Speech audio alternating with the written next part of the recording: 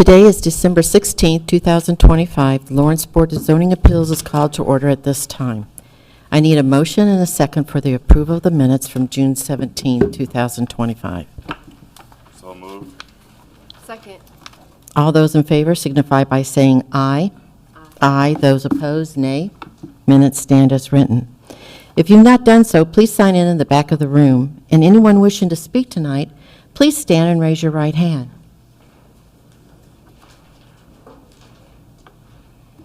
Do you swear or affirm that the testimony you're about to give is the truth, the whole truth, and nothing but the truth? Answer with I do.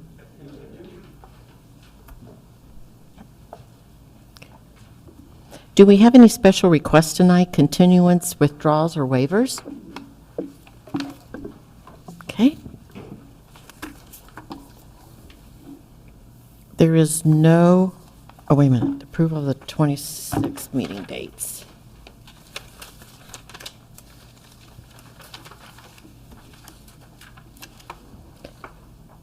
I will need, we have to do a motion. I need a motion and a second and approving the dates for the next year's BZA hearing. I'll move to approve the BZA's dates for 2026. Second. All those in favor signify by saying aye. Aye. Those opposed? The dates stand as is. New business, 25 LSV 12, 6202 Sunnyside.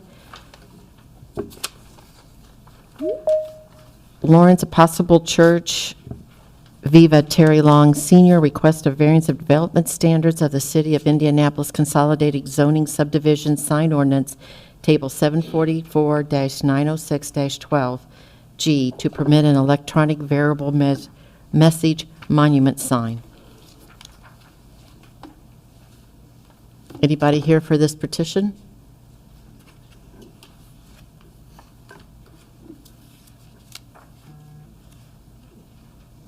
The back. You're here.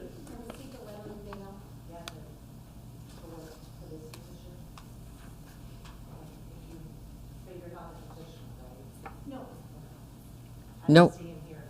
You don't see him here? We'll do that. We'll hear the next case, and then we'll call it up again. If not, not a problem. Renee has requested it be removed down to after we hear this next case. The next case is 25 LSV-13, 8630 Pendleton Pike, partial 4004863. Mr. Lopez Garon, Viva Cynthia Thrasher. Yes. Request a variance of development standard of the City of Indianapolis Consolidated Zoning Subdivision, Table 744-201-3, to allow a reduced rear setback 20 feet required, 6.7 proposed. Yes, my name is Cindy Thrasher, and I'm here representing the owner for petition 25 LSV 13. Excuse me, can you speak into the microphone more? 8630 Pendleton Pike, or Pendleton Ave, yeah. Yeah, yeah, Is that it's, better? no, it's not. Is her microphone on? Well, it is on, I just heard that. So we are requesting a variance of development standards to allow for a reduced setback due to the location and the size of the property. We're asking that it encroach into the rear setback and allow for a 6.7-foot setback instead of the 20 that's required. The property owner, the reason for his request, they're wanting to add to the building, to add some bays, because right now they said a lot of the times they're pretty busy and the parking lot is congested. And if they have, like, if they've got cars in working on them and they have people pull in that's like just needing tires or flats or something quick, a lot of times they're having to do the tires right out in the parking lot, and it's kind of dangerous with all the traffic and the congestion that's in that area.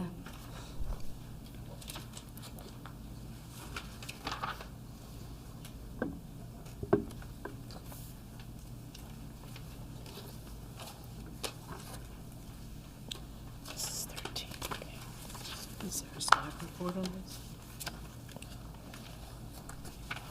Do we have a staff report? Do we have a staff report on this? It should be 13. Yeah. I find that,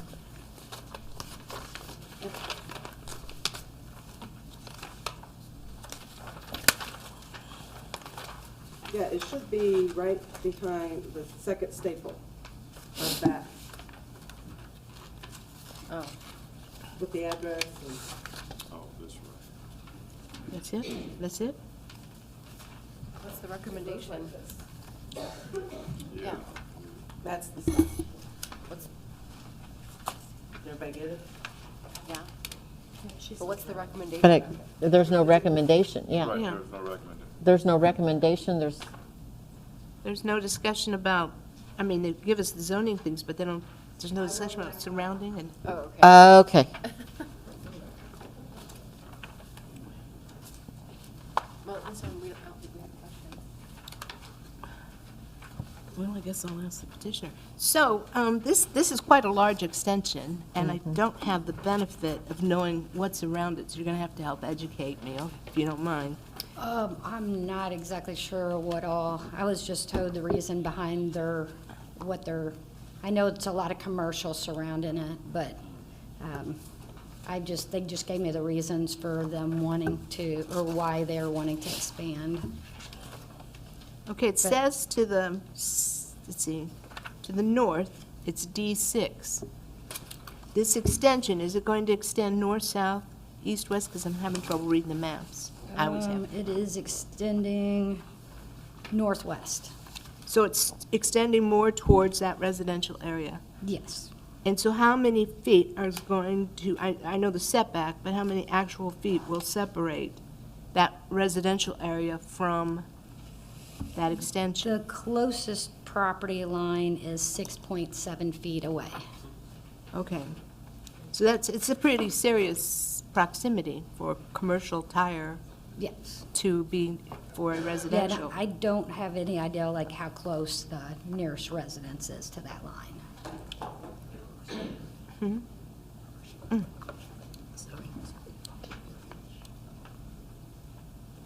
I'm trying to get a. Madam Chair, I think my sense is that this kind lady right here is probably not as familiar with it as our Right. staff person will be, so maybe it might help if we went to the staff report. And we can come back, bring this Yes. lady back up to the microphone with questions? Sure.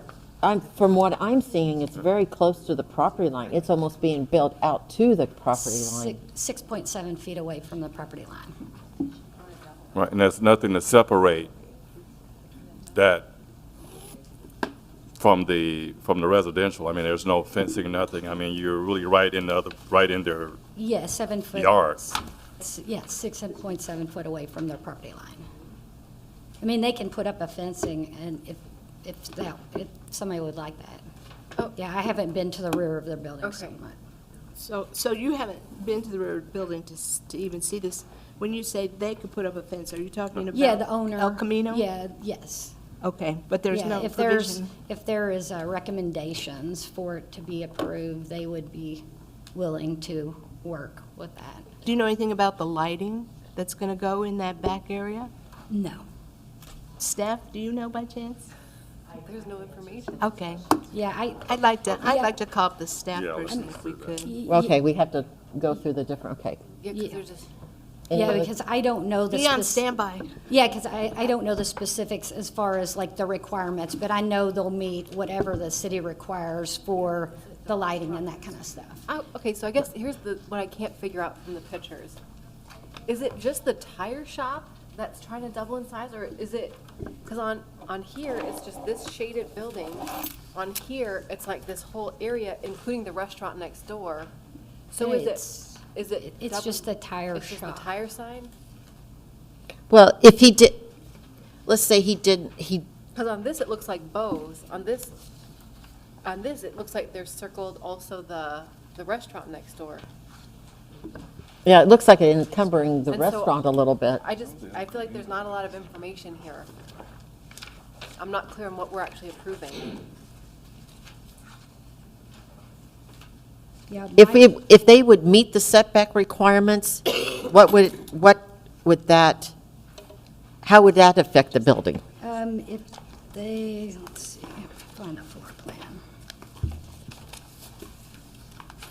20 feet is required, isn't it? Yes, it would be like they would be adding 10 foot to the building if they met the setbacks.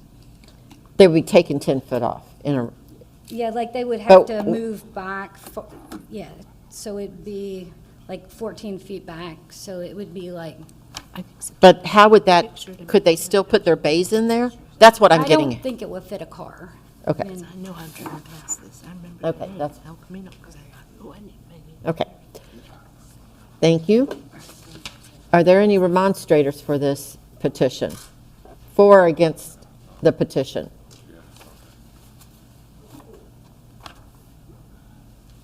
Rick, there's a gentleman over here. You want to go first, or you, the gentleman? Oh, doesn't matter.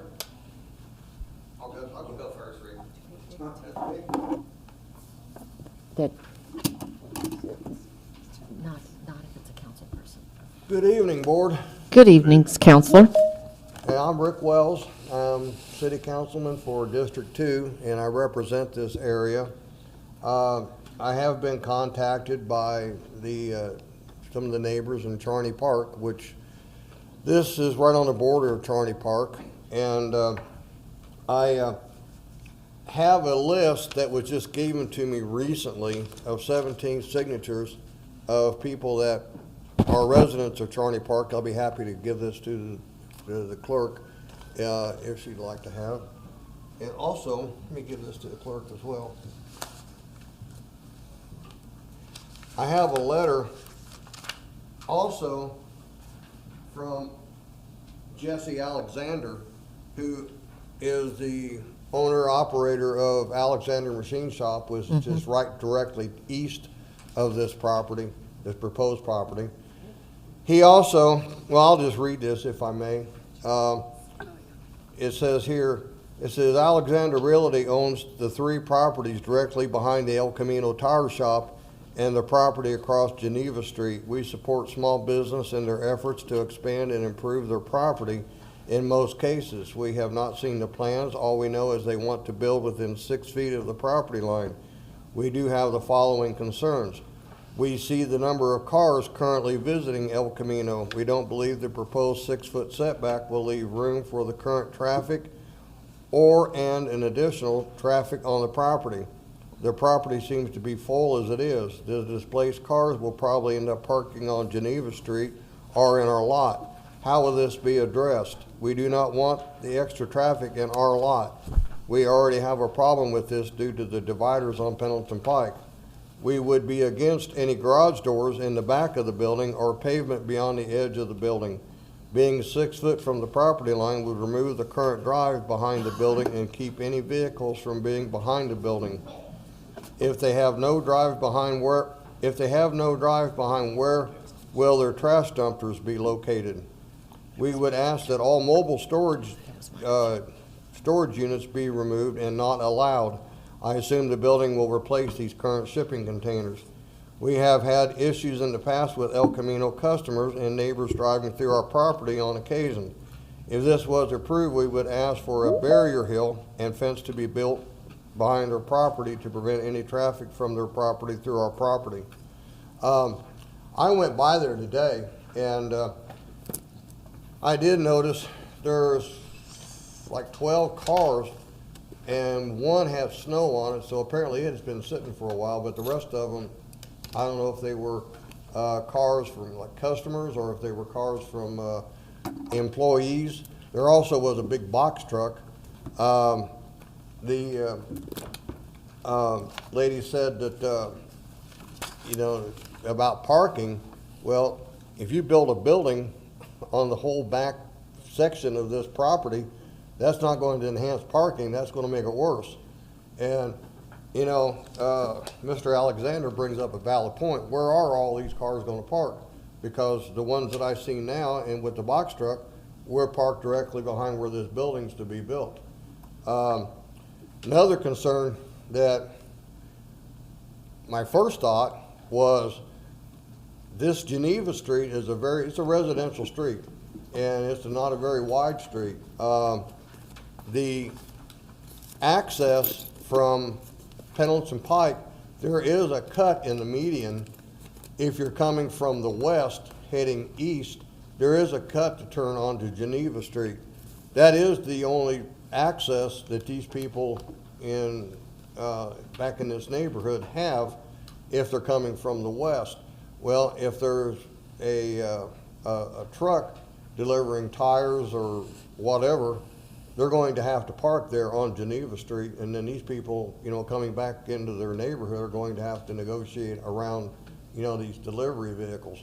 Another concern that I had, but was kind of disappointing, I drove behind the building back where the two restaurants are, and a concern that I had was, what about deliveries to these restaurants? Because now they're not going to be able to go completely around the complex, but the way the property is now, there's so much stuff back there, they couldn't do it anyway. But that isn't to say that maybe down the road, these restaurants would change, ownership or proprietorship, and the next people, aren't going to have these food trailers and all these vehicles that are sitting back there blocking access. The other concern is, what about emergency vehicles?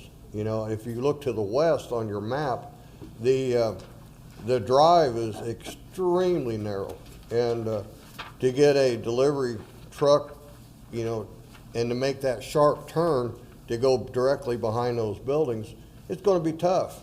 And then the vehicles, of course, that's the way they got to do it now, but they have to back out. But if the owners of the property was to make, all this debris and storage go away, then that would be, currently it would be simple for, someone to making a delivery to just pull them behind the building, make their delivery, and then go straight on out in Geneva Street and keep on going. So anyway, in representation of the neighborhood and the district, that I represent, I would ask you to vote no against this. Thank you. Thank you, Mr. Counselor. Please state your name and address for the record, please. My name's Jeremy Ross. My address is 4735 Charney Avenue. Thank you for hearing us out this evening. I live in the most direct house right behind this location. I am the closest house in the proximity of the tire store. Over the years, it's been pretty good to watch the tire store grow.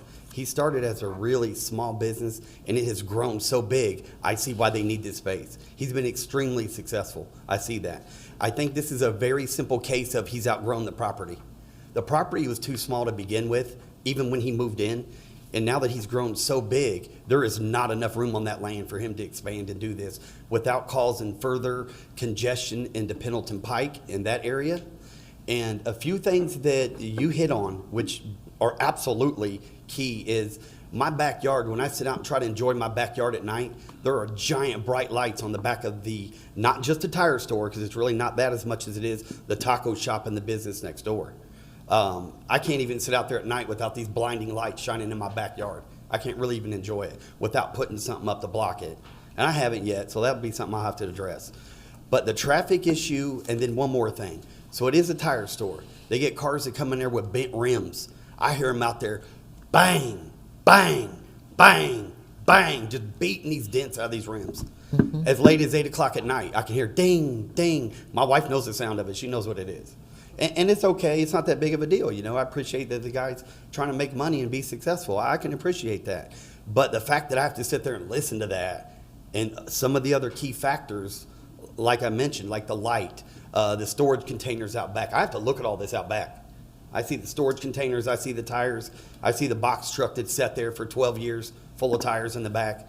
And again, I'm not trying to knock the guy. I could appreciate how successful he is, but it's a huge inconvenience. And to think about the construction and to further expand his business with more traffic, I just can't see it. I can't see it. We're already in a pinch with that road construction the provisions that NDOT has done out there with the median. It's already made us to where we can only turn left on Geneva. So if you know by looking at the map, it's a horseshoe, comes out the other side. For us to go left and go eastbound, we can only use that Geneva. So some of us have already got accustomed to just going out, going right, going to Esquire Plaza, turning around, going back the other way. It's been nothing but an inconvenience. So to further that with this, I disagree with it. And again, I don't want to, put no shame on the guy. I can really appreciate what he's done there. I just truly think he's outgrown the property, and that's just plain and simple. And for the setback to come back 6 feet to the property line, that's just blocking off even more for me, looking at my property way out back towards Pendleton Pike. That's going to further block that. I don't know what other kind of stuff's going to be placed back behind that building, but I say no. And I own the two right directly behind there. My father lives right across the street. So that's just my take on it. Thank you, sir. Thank you for your time. May I ask a question? Yes. Sure. So, how many days a week are they there working?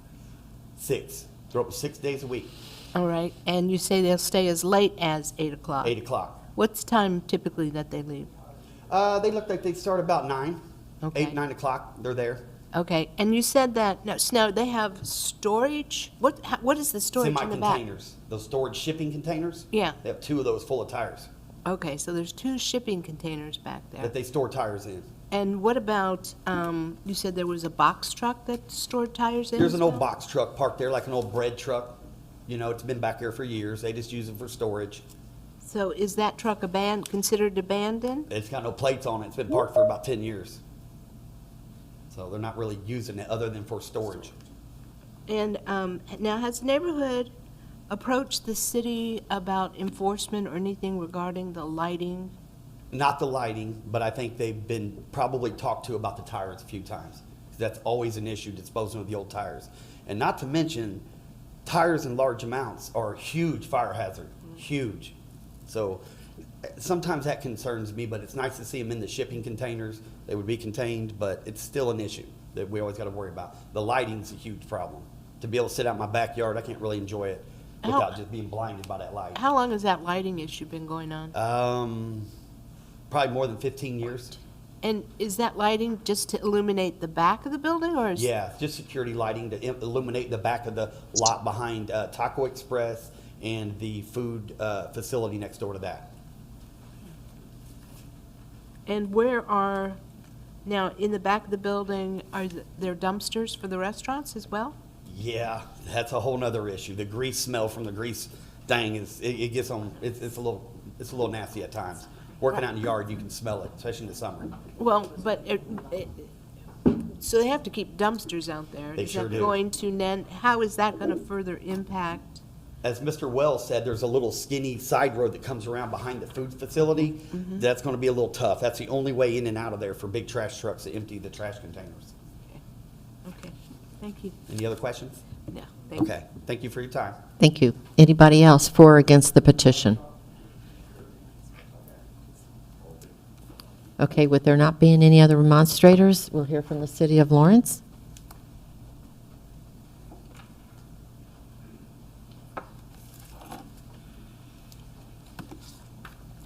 Renee Raffla, Director of Public Works. This property is Zone C5. The use is appropriate for what they're doing now. They are literally wanting to double their space. They have a 30 by 64 building now. They're wanting to add a 30 by 64 building. They're going to be 6.7 feet from the property line. The building right next door where the 2 restaurants are owns the property behind them, so they're going to be encroaching on that business, not residential property. If you look at the map in the staff report, this one, Okay. Okay. Yeah, we were Okay. trying to make sense of that. Yeah. so the yellow property, the yellow outline is the property in question. The property next door is the one that it's backing up to. So those 2 buildings are connected? No, No. And next no, door, they're you talking separate about buildings. the 8624? Yes. Next door? Yeah, so it's the same owner? No. No. El Camino Tire owns the building in question. Okay. And then a company called SRF LLC owns the building to the west, the two restaurants. So they're two separate owners. We're not in favor of this. And the reason being is it's going to overdevelop the property. There's already limited parking for the employees. They currently park behind the building. When you add this structure, there's not going to be any place for them to park. There's not going to be any place for the dumpster. It's not going to allow for a flow of traffic around the two buildings actually, the two restaurants and the El Camino Tire. Right now, there should be a circular pattern so that deliveries can be made. The storage and shipping containers that they're using are only allowed for 90 days. They're way past that, so those have to go anyway. The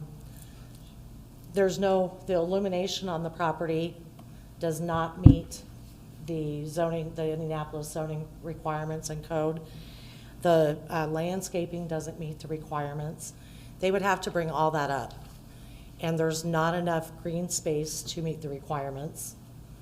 They're going to be reducing what little bit of green space they already have. I just don't think I think he's outgrown the location. And, I hate to tell him he needs to find some other place, but I really feel like he's outgrown the location and that it's not a good fit. I know that we're working on getting some control over our zoning and doing a overlay along Pendleton Pike, and this is not going to fit within that redevelopment that we're looking to do. Making a recommendation to expand his business when it's outgrown the property. I've got serious public safety issues, I think. Was there any questions that maybe I could answer from DPW, zoning? Well, because do they have another location in the city? Is this their only location? Not that I'm aware of. I mean, we'd be more than happy to help them, see if we could locate another location, but I don't think the addition, doubling the space, is a good fit for this property. So if they expand back, I mean, looking at this map, I can tell these buildings are separate, and then they're owned by two different people. So if they do this expansion back, and the building goes to that size, how many parking spots would they be required to have as a That's the other C5? thing, they can't meet the requirements for zoning parking either. They've got, you have to have, without looking at the thing, I think it's one spot for every 15 square feet. So, we're going to double the size. They already don't have enough parking for the size of the building they have, Right. which has been a problem. She even mentioned that it was a problem for them now. They're having to change tires in the parking lot. So, Which is also against the zoning ordinance, isn't it? yeah. So, the other, and this one I'm just curious about. So you have this strip of land that's behind these two buildings, but it's actually owned half by one, half by another. So do they have an easement with each other to be No. able to share encroachment? So actually, if one of them wanted to build a fence right down the back of it, Down the middle between the two buildings, they could absolutely do that. yeah, which would make further travel even more impossible. Okay. And, that would also limit more emergency response. I don't know who mentioned about how flammable tires are, Yeah. but I have big concerns about that too, at that close to residents. The property directly to the north of this, there are 3 lots that are undeveloped that are residential. Alexander Screw, the business just to the west, or I'm sorry, to the east of them, owns those 3 lots. Just because they're not built now doesn't mean that they couldn't be built in the future. And a tire shop that close to a residence is probably not a good thing for public safety. Well, and I do want to also say that I am delighted to hear that you all are going to start working, or have been working, on doing an overlay for Pendleton Pike. We're working on it. Because it's it's hard to make zoning decisions when we don't know where the community wants to go and where they see themselves in 5 or 10 years. So I think that's excellent. I look forward to seeing that. Me too. Yeah. It's been a long time in the works. And Pendleton Pike already has a lot of safety issues. Yeah. And so I think, yeah, I mean, yeah, I don't even know how to verbalize what I'm thinking, but a lot of safety issues, a lot of concerns for the adjacent residents Yes, ma'am. and adjacent businesses that they've already come forth. So, I mean, are there any variances currently in place, or they've been able to operate without a variance? The use is allowed. The use is allowed. The use right? is allowed for the property. They do have some issues that Sure. need to be addressed. The But as far storage as- containers, As far as it being used as I mean, even if there were to be, a second location, but to maintain this as a tire shop, that's not a problem. So the zoning as it exists today is not an issue for the business. correct. It's the addition they're wanting It's to the do that addition. we have a problem with. Yeah. I just don't think that like I said, it's gonna overdevelop the property. It doesn't leave enough space for adequate parking. It doesn't leave enough space for the required landscaping. There's no illumination in the parking lot at this time, other than the lights on Pendleton Pike. That's required. If you do approve this and they build that building, they're gonna have to meet all those other requirements. They're gonna have to figure out where to put the dumpster, and it's gotta have an enclosure. With the plan that they're providing, I'm not seeing where that space is gonna be available to do that. Right. I mean, the plan's sorry, go ahead. underdeveloped is part of the issue. It was hard for me to understand what was actually being requested. Yeah, it's tough. So, and as an aside, can the city do anything to help about, I mean, I know there are also standards regarding how much light can be thrown off. Yeah, By I that? made a note for Mr. Ross so that I can Okay. look at that. And It's how- not, unless we receive a complaint, I don't know, because I don't go driving around at night looking Oh, behind no. buildings and stuff. So I did make a note to check on that for him and see if we can get the 2 restaurants to put a shield on it or do something to deflect that light from shining out of their property boundary. And can they also do something, can someone go check to make sure that the grease disposal is being handled? I'm sorry, that the That the what? grease disposal is being handled properly? Oh, Because yes, they were ma'am, we talking check about on that at odor. least once a year on any restaurant. Great, Yeah. okay. Thank you. Anybody else have any questions on this petition? Any other? Well, I guess curious, if they got this extension on all these storage things they have, it's gonna go away anyway, right? They would have Some to, of the yeah. issues with the stores, the And tires. actually, that's that another safety thing on my hazard. list, is to notify them that they have 30 days to get rid of those storage containers. They're not allowed to keep them.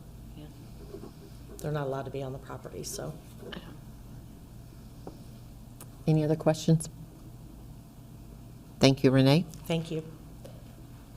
Petitioner, do you have anything, any answers or want to add to your, I only know answers to a few of that. I know the stuff that's in the rear, they were gonna move inside. That's part of the reason they're expanding.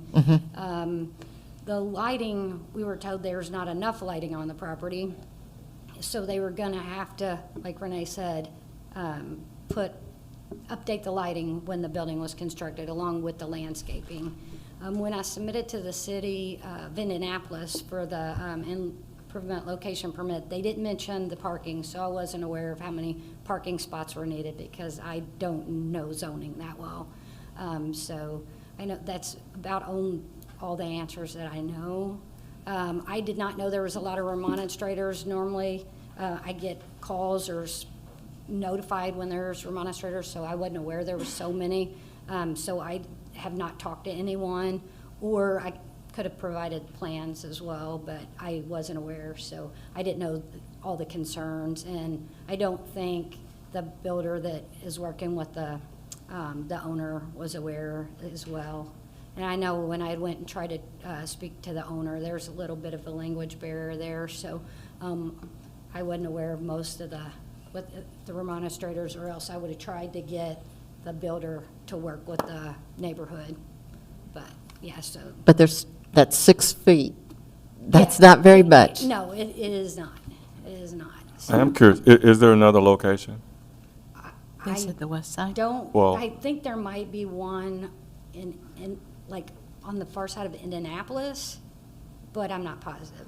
Because we understand growth. We want businesses to grow and be Yeah, I know, successful. I and know not there's that, not so, another one in Lawrence, I don't believe. Because I didn't care if there's other ones can handle some of the overflow, the extra business is why I was. Yeah, I'm not curious sure. of that. I just do building permits, so I don't know, like, much about this owner and his businesses.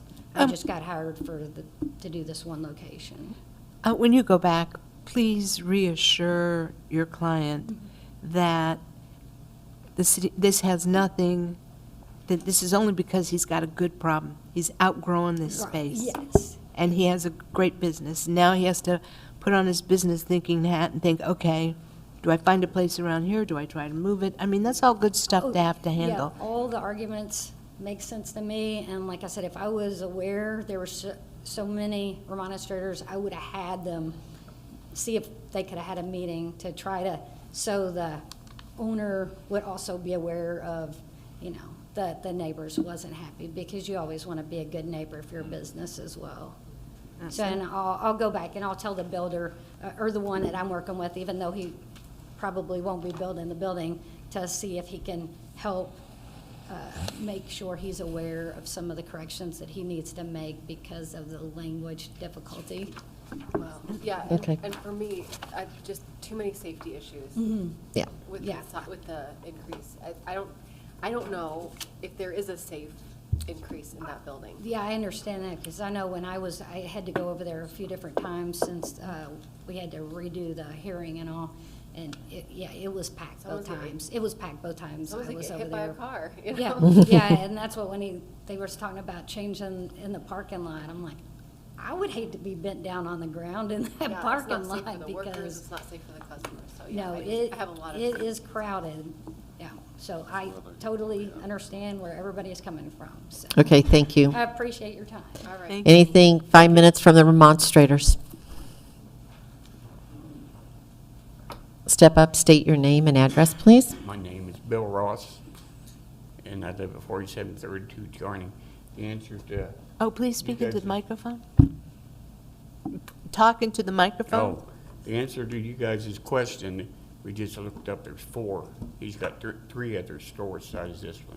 Okay, thank you. And just the traffic that they were talking about, he parks on, it's Geneva or Bechtel, whatever they call it. It's only like 4 houses, it changes names, the road. But there's, they park on that road right there and do trailer work, tires, sitting there on bumpers, well, floor jacks, and no jack stands, no nothing under them. And then the same way behind the store. So, but he does have 3 other stores. Okay, thank you. Thank you. The board will be voting on 25 LSV 138630 Pendleton Pike, a variance of development standard of the City of Indianapolis Consolidated Zoning Subdivision Ordinance Table 744-201-3 to allow a reduced rear setback, 20 feet required, 6 feet 7 inches proposed. LSP 13. 13, yeah.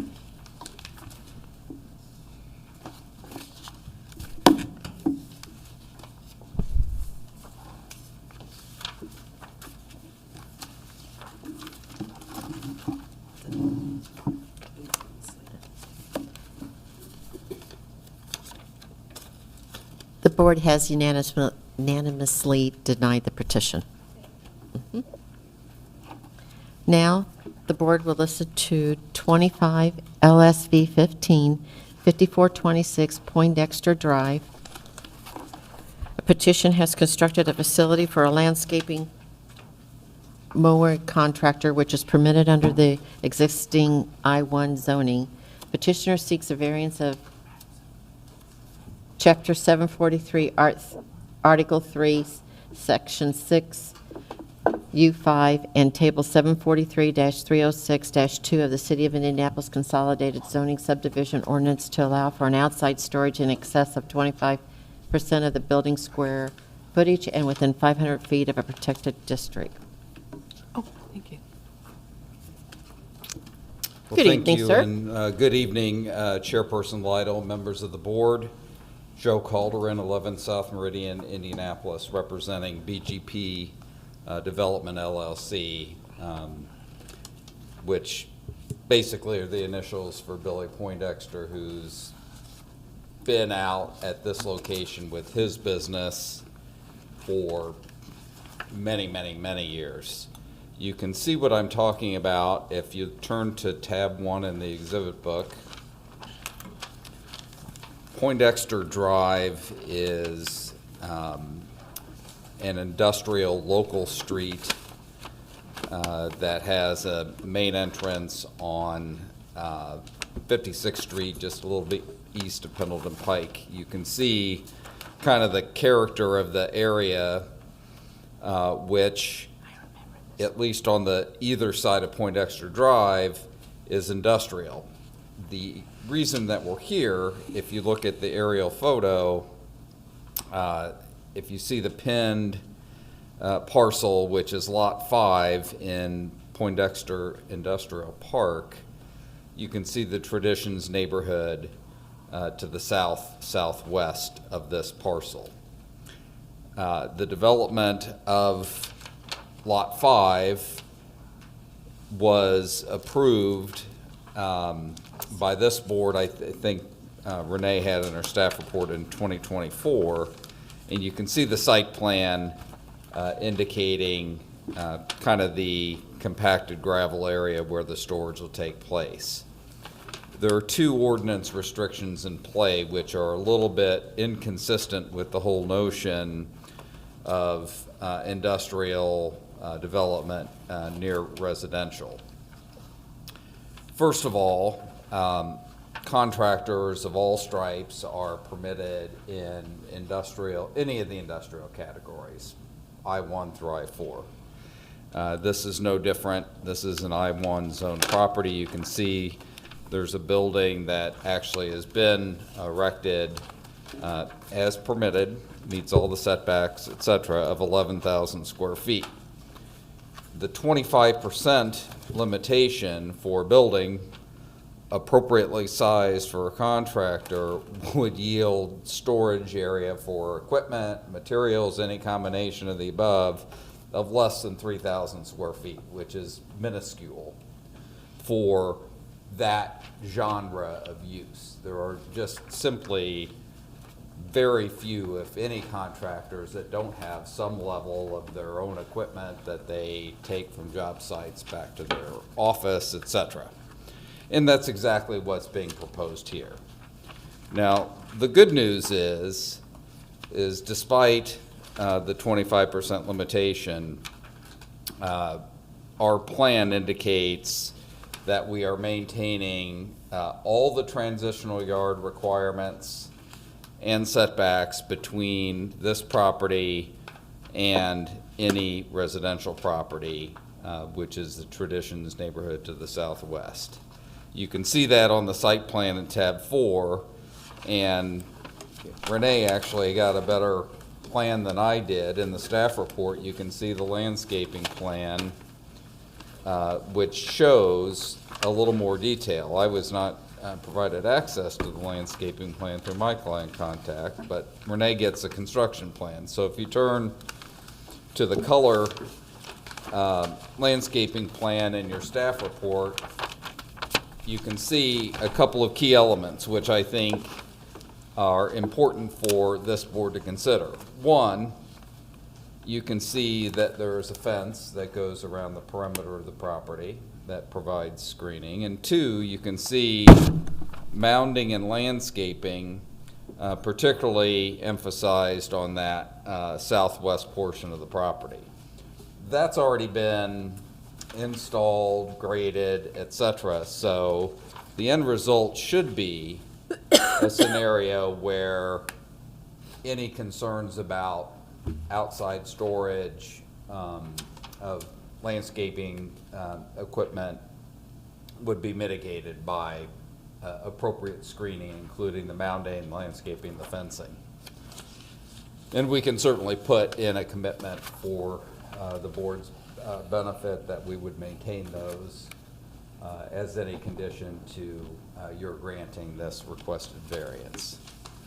Like I mentioned, the real crux of the ordinance issue is that it's kind of inconsistent with the permitted use portions of the industrial zoning allowances for contractors. And you can see, looking at tab 1, that there is already existing businesses with outside storage. These are mostly contractors in this industrial park. Best Equipment, Ameribridge, Poindexter Excavating, Kencut, that are all within that, or most within the 500-foot of residential.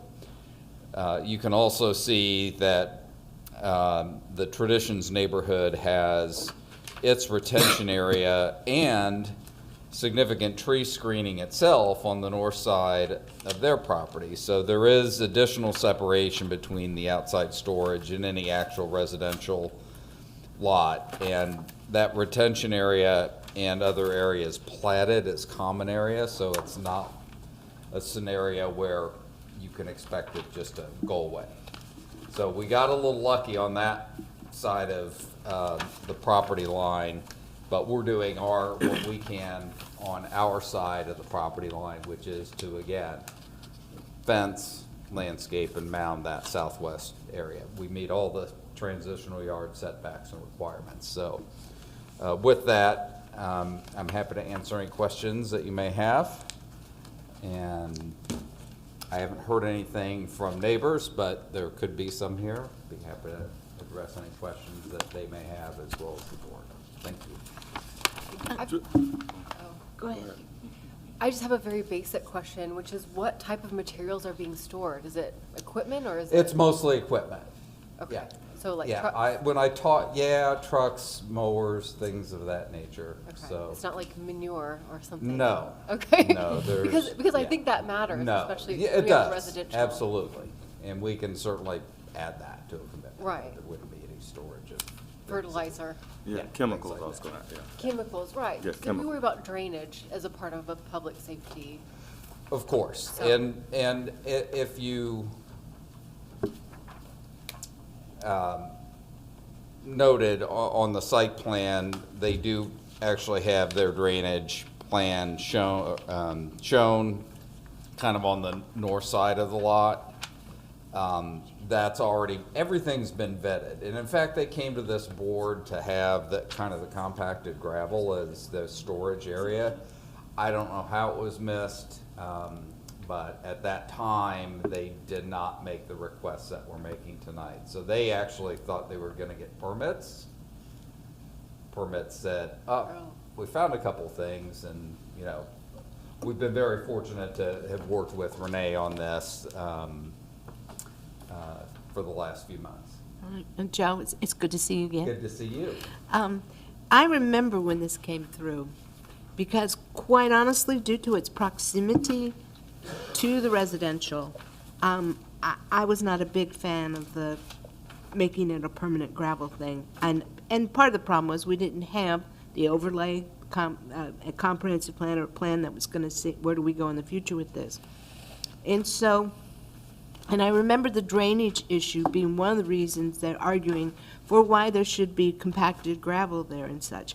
And you raised, one of your last comments, something that immediately came to my mind was that, how on earth could they miss that? I mean, it makes me think that what they decided to do was to come in, first go for the compacted gravel, knowing, because they knew it was going to be this developer in there, they knew they were going to have storage space needs and all of that, and then come back and say, oh, wait a minute, we need to put this in there. So it's just kind of concerning me, because now I'm concerned about what they're going to be coming back with next, because I personally, in looking at that, it looks to me like that might have been the plan. I understand your concern, and I respect that. I believe that it was a in-house petition. I was not involved in the variance. No, you were not involved I in the was not variance. here. I've done other things involved with this general area over the years. So they probably thought it was something easily done without, having an extra pair of eyes on it or somebody with some pure zoning experience.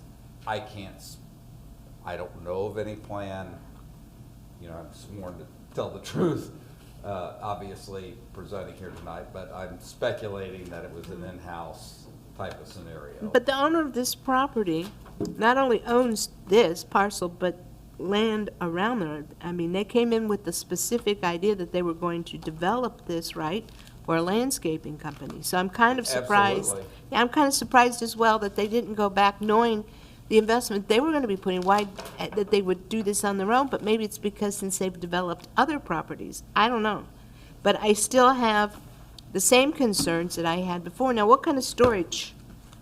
Are we talking completely outdoor storage? Well, they've got an 11,000 square foot building. They do have a barn building for some storage, but there would be, it's not practical to store all of their equipment inside, so. Okay, and so we're talking heavy equipment. How tall is some of this heavy equipment? I don't think they have anything like cranes or things like that. It's just would be equipment associated with the landscaping company. So it would be, more smaller equipment, but certainly some that could have to be hauled on. Tree the back cutting of and that type of trucks. thing, yeah. So, So, and how tall is that berm? How much of a protection does it give them, the residents, from looking out into that? Was that the intention of that berm, was to provide visual separation? The intention Or of the for berm, the water? obviously, is to provide some screening. There's landscape plantings on that. Renee may be able to answer that because she actually has seen the construction plans, so. If you look at the staff report and that plan, there are several layers and trees, so it doesn't state the height of the berm, and my client contacts did not know the exact height of that, and when I talked to her this afternoon, so.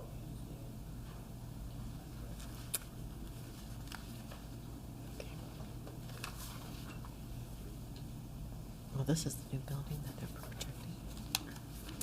Again, if you look at the aerial in tab 1, the folks in that neighborhood, even the homes that are on the northern end, do have their own tree line buffer and the retention pond as additional separation and screening on their side of the property. So where's the front of this building, It faces That- Poindexter Drive, so the front of it is east facing. So okay, so it faces out and looks into the proposed storage area, well, where you want to do the 25%, where you want to increase it beyond 25%, Correct. correct? And then the entrance is that little road part Correct. that comes in. So on the back side of the building, what do they have in there? What do they use that space for? On the, pardon me? Back side of the main building? All of that area that's kind of shaded as gravel is open for that type of outside storage. I don't think it covers nearly all of it, but that's what it's intended for. Okay, so we're talking, I'm talking about where it looks like they have like, I don't know whether those are containers or trucks or whatever. So, It's not part of it's not, well, I assume, I don't know, maybe it is. You want the increase in storage space. Is it just going to cover this parcel that's on the front of the building? What about the parcel behind the building?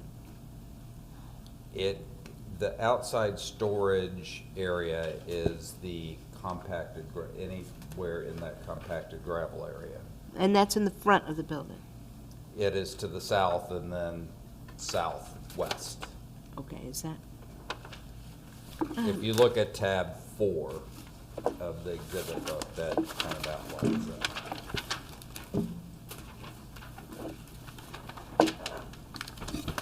Okay, so there's Poindexter Drive. Okay, This is the gravel area. This is where all of the materials are gonna be. This is employee parking and visitor parking. This is for storage of materials. So this is like where they're putting the gravel, the mulch, the stone. This is equipment back here. Okay, all right, Okay, thank you. does Okay, that so make that, sense? yeah, so when I look at this, that looks like a different, so this area right here, No, this is the lot where they're going. right? These are two other lots that are not involved in this. This is the lot where they're at. Right, The building, okay. the building is in the middle of that lot. Okay? So this is, So the- there's two more lots to the That's south where I here get- off of I'm Poindexter Drive. confused. well, that is different. Look, here's the parking. That's This guest is parking. Poindexter Drive. There's a Right. lot Is that goes this right all- here. There's a know. lot Here. here and a lot here. This is lot 5. This is lot 4. Right. Okay? So right here is the storage area. The building's here. There's So there's another no- storage okay. area It's here. not gonna So be his part of it. exhibit doesn't have, Yes, it does. okay. It does, look. So So why isn't it on there? Because this is the development plan. Oh, That's okay, an that's a aerial. proposed one. Okay, got it. Yeah. So this is Poindexter Drive right here. Right, It goes on way down here. This is the little pond area. Here, if you look at, Right. let me show you this. This might Tell help me you. what Here. So this is the lot they're developing. Those are the two lots that I've said are to the right, south. right. All of this is storage. All this right here. That's all this, Okay. okay? Turn this the right way then. Let's do that. Okay. There. There you go. Okay. So now you got the circle. Well, no. No, it's still It goes not like right. this. Yeah. Okay, Yeah. it goes like this. Leave it like that. Okay. Okay, leave it like that. 'Cause here's the This is circle. Poindexter Drive? That's Poindexter Yeah. Drive. This is Macy Circle. Or Macy Court. Yeah. Okay? You've got a drive coming in here. Right. It goes to the storage area. That is all of this. Macy Court is over here. Uh-huh. This right here's the So- pond, which is Right here. here. This is the building, and then this is the other little storage area with another drive that comes off of here. Okay. And is this on the back side of this? Yes. So this storage backs up to this lot, So which this- is another Sir, so this is Parcel. all the storage area, at the right? bottom, at the back. This So would be the this storage pretend- area this right pond, here. is that there now or not? Yes. It's This is just all not- built. Okay, so it's just not This on here. Right, because this is an aerial from 2024. Okay, And this that's building what was was just built. confusing. Okay. Okay, that was, because Okay. we didn't have anything that, okay. Okay. Does that make sense now? I apologize, but now that makes, That's why I came up, so you could. thank you That's so what- much, that's man. what, I apologize for confusion. I think that the aerial photo, which was taken before the building was built, has Right. led folks to express concern that all we're asking for is storage. Okay, so, this, what you're here for us tonight, only relates to parcel 5, Lot 5, yes. lot 5. Which you can see, I included the plat in tab 3. So parcel 5 is a little bit more than 4 acres, that's it. Okay, Oh, so it's this one. Poindexter Drive was extended to the south many years after this section of the plat was platted. This was 2003. okay, And the school bus transportation facility and the other lots were 2019, I believe. okay. So, parcel 4 has no storage on it? Or it does? It has nothing to do with, So the 25%, so, parcel 4 is developed with another contractor, okay, not related to this. okay, that helps. Yeah, that's been around for some number of years. So you have, And that is directly to the north of the traditional. That's the plat map? yeah, you just got the lots to find. Yeah. Yeah, and that's saying something different, but see here, look. You've got, this is the proposed new building. So they want to put storage here. This parcel 5 goes with something else. You have the existing building, which, now, this is the next part. If you look over here, what is that part of? Is that, well, this is their building. That's, No, no, no. no, No? Ken, what is it? Ken Cut, Ken Cut, is that you? that is not related to this. Okay. It's a separate lot, separate building, separate user, Okay, there's where all the of that. confusion comes in. Okay. So the area behind the proposed building, shown on your Exhibit 4, is going to be, it does not go along with this part, with the building, right? It belongs to somebody else, other use. Is that correct? If you look at tab 4, which is our site plan, that is, everything you see is lot 5. It has nothing to do with the existing building and storage to the west, Right. which is lot 4.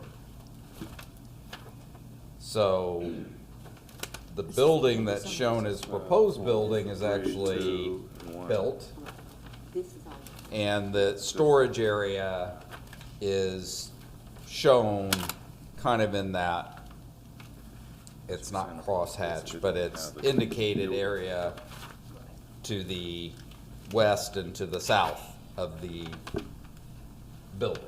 Right. So what, see, but the building, you have your proposed building here, and then behind it, Okay. who has that? They're saying this, so all this goes to somebody else, I guess, is what they're saying. Yes. So is this one impacted ground? We're interested in is this right here. These are owned by two. I think my aerial photo, yeah, because it doesn't show the building. No, correct. Yes. Yes, I don't know, this one I'm trying yeah, to figure out is that. sorry. I want to make sure everybody's comfortable. I'm throwing that one out. I'm throwing that one out of my head. I'm not even gonna look at the aerial. But this right here matches this right here. This right Yeah, here that's is the old, this. and that's because that's the plat map, so it's Right. old. Yeah. So this is the proposed site plan here. So this is the proposed building right here. Which sits where, right in here? Yes. Yes. Where the Right, pin right, is. yeah, Right, in here. right in there where the So your pin question is. is what's behind this? I mean, That's it's still the all part storage of it, area. but it's right, it's still all That's part gonna of be this where right they here. store the equipment. Okay, what's this one then? That is where they're gonna store the materials. Okay, so there are, how big are, okay, so what storage amount are they currently allowed? What percentage? 25%. They're asking the to go square over footage. that. And you of the want to building. increase it To to, over 25%. To how I don't much? know how many square feet it is. It's you want to take the entire parcel there that's compacted? everything that's shown in the gravelled area, On your Exhibit Yeah. 4? yes, Well, that's, is fair game. Okay. It When won't I get all up be there, I'll- covered, but that's what it was intended for back in 2024, I think, when this board considered it. This is what we're well, talking about. but we didn't, This. I don't think we need to This. storage thing. no, we didn't, it wasn't Okay. brought up. So, This And is, that was, okay, it was I wanna already hear what she has to approved say in about this right here, 2024. because- I guess what's your The only concern? thing You that don't- wasn't you don't approved want that is much that storage. it was closer I don't to know what we're saying. the We don't know how residential. much storage. It's within the, We don't know how much about the Well, I 25%. mean, if, so, whatever that square if they're footage gonna is, take the whole 500 feet of the thing, protected is it district. just going to? So we already approved Are it you to telling be me used for they storage can't of walk outdoor out? equipment. This is also storage here, behind the proposed building. Karen, So, you know, you did hear that we already approved back in February of 2024 The impacted gravel, yes. For, is permanent surface for storage of the equipment. Right. The Okay, only that's thing key. that We're wasn't doing- approved back in 2024 was that it was within 500 feet of a protected district, Right, and it was going to be over 25% of the square footage. exactly. And those are two very big things, you would agree. I mean, those are two pretty big Yes, issues. But we already approved this We- whole area. We approved 25, what we approved was impacted gravel, For the 25%. storage of For equipment. 25, for storage of equipment, and, Not for 25%, that was never put in it. okay, but they were limited to it. That we knew when we were voting on. That was the law, wasn't it? You just, Yeah, I apologize. Well, I see your point. When did the 25% So back go in, into effect? back in February of 2024, that was, the petition was for them to use compacted gravel instead of a permanent asphalt surface Right. for the storage of equipment in this area. right, That was the site plan. The site plan has not changed. right. So you guys approved it in 2024 for that whole area. Not to for be that whole yes, area. ma'am. to be- No, You no, did. no. Please let me Storage- finish. Storage, okay, just go back, Please let me let me just, finish so that we can explain what we did in '24. I know, but here's my, just, this is one question, I'll take right to it. When we're talking about the 25% limit, That that was was not not brought part up in of, '24. that was not part of a petition, it was not part of anything, that was the law. It was By- not known at that time, though. It No, was not not caught by known, nothing. us At- or by the law- petitioner. The law. That's why we're allow- here today. Can I finish, Renee? You The didn't let me law- finish. That's what I'm trying to get to the heart of it.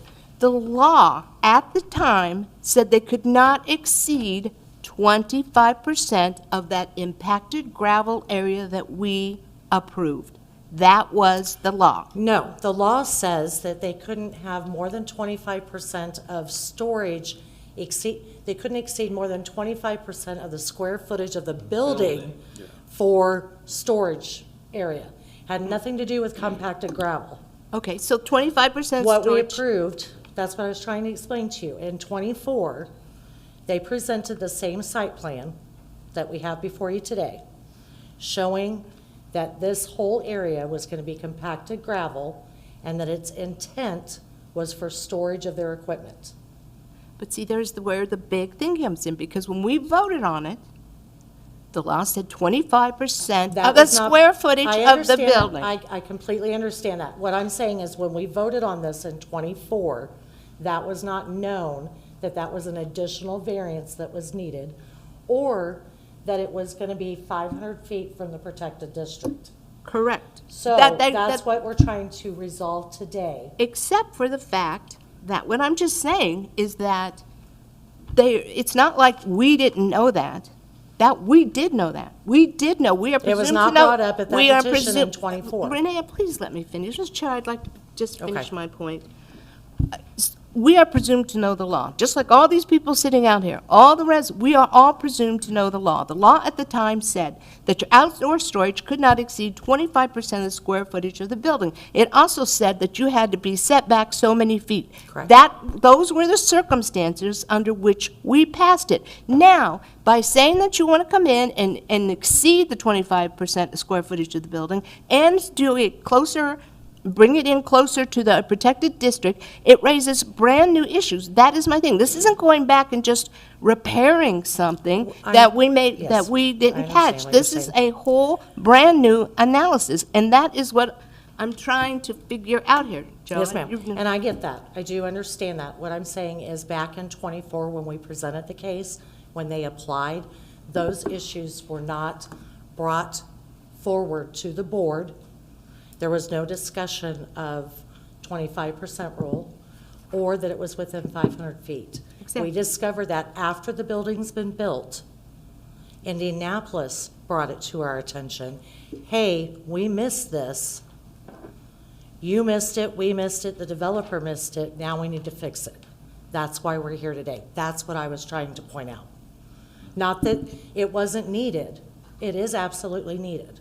It needs to be discussed, it needs to be decided on. I'm just trying to give the big picture, the whole picture, so you have all the information that we discussed this in January or February of '24. In '24, we did not realize that the storage was going to not meet the code of 25%, or that it was too close to the 500 protected. Indy missed it, and we missed it. Okay, so, but when you say Indy missed it, Yes. it's up to the petitioner to say we are going to need more than the Not always. I mean, 25% sometimes square. they don't Please know. let me finish, Renee, please. Okay. So, in other words, Joe, when this came through the first time, your client did not put anything in there saying, I'm going to need to have X amount of storage. I'm going to have to make sure that that storage area is at so many feet from this area. I mean, none of that was put in writing, none of that was put into the submission, so that is what is to be considered. So all I want to know is how many square feet of storage do you want on this piece, on this parcel? And where exactly is it going to be located? It was supposed to be up front for the equipment, so where, and then we have the supply, so taking all that in total together for this particular business, which, even if they're different parcels, still is limited to 25% of the square footage of the building, right? How much storage space do they want? Well, it exceeds the 25%. It's well over 100%. The building's 11,100 square feet. 25% of that is less than 3,000, which is minuscule. This is a 4-acre parcel. I don't know how many exact square feet it is. We just are asking for a variance to exceed the 25% of the building per the site plan.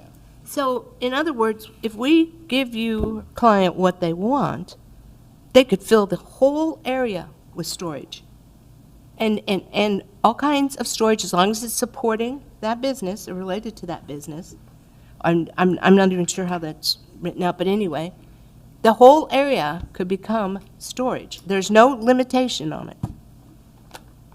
You're correct. There is no limitation in the petition. It just says in excess, and it can be anywhere on there. Now, from a practical standpoint, we know it won't be because you have to maneuver stuff around, and it's a pretty big area. How tall can, how, and 10 feet is the max height for storage and industrial. okay, so it can go, be 10 feet tall there. At the most. I At mean, the a lot of most. this stuff is gonna be less than that. Okay, but you're saying under the, and you know these ordinances much better than I do. So under the ordinance, storage height cannot exceed 10 feet. Correct. What we're trying to present to you tonight is that it's and again, the standards are we hurting the community? Are we hurting our adjoining property owners? And is there a practical difficulty in the ordinance? I know you're experienced somewhat, a little bit, but you understand the concept.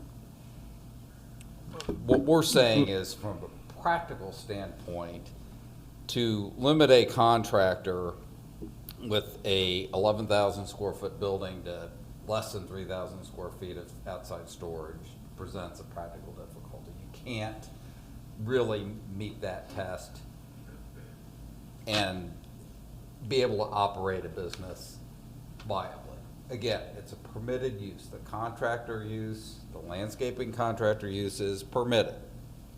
Now, as far as the proximity to the neighborhood, it's a classic rub because we have an industrial park that's been around and been developing for decades, and you have a neighborhood and each of them are permitted to be there. And 500 feet is a pretty significant distance, considering that you have to do transitional yard requirements, which includes enhanced setbacks and landscaping and screening. It's just kind of duplicative. What's the harm? Why do you need both? And we're just pointing that out as our reason for practical difficulty in terms of the proximity to the neighborhood, particularly under the circumstances where there have been industrial uses developing up and down Poindexter Drive for decades. So, Let me ask. okay, sorry. Well, again, back to the percentage, 'cause I think there's some importance to that, otherwise there wouldn't have been a percentage in there to even start with, right? So we can't like say that percentage is not relevant. Now, what that is kind of what we're questioning, but right now it's just kind of wide open. We don't really know where that's going to end up. So I guess curious, just your thought, why would be there need to be a percentage even to start with, even in the original law, if there was not some sort of relevance to it? It could have not even been there to start with. stick to practicalities, there's got to be some rhyme or reason to,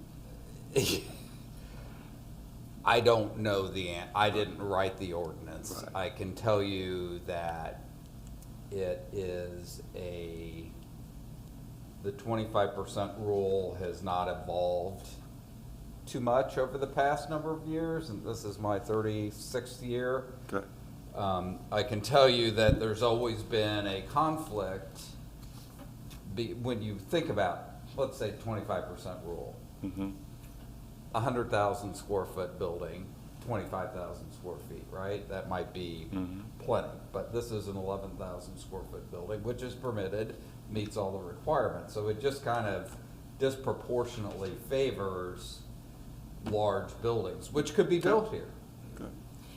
I would So guess. it seems to me that the 25% rule is a little bit biased towards larger buildings versus smaller buildings, either of which are permitted in this case. And, you know, we meet all the setbacks, including the transitional yard requirements, which is what I'm trying to tell the board is our best way to present this is that, hey, there's already enhanced setbacks, enhanced screening and landscaping and all of that is supposed to mitigate the changeover from residential property and industrial property. Otherwise, you could just say, we don't want any industrial development within 500 feet, right?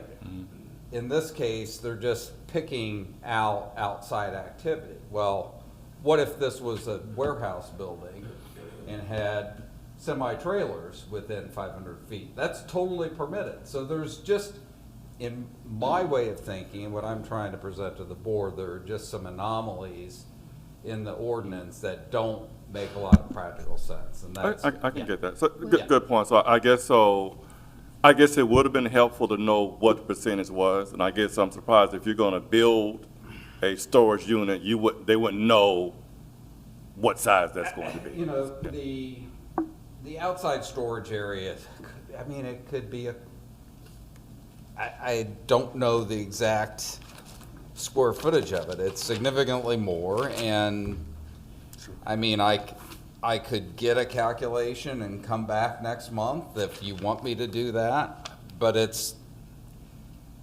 more than 100% of the building size. It's, you know, it's really, Well- it's outsized compared to if you're gonna compare it to the building size. And if we're looking at Exhibit 3, I mean, there's 10 lots, and Poindexter owns all these lots, is that right?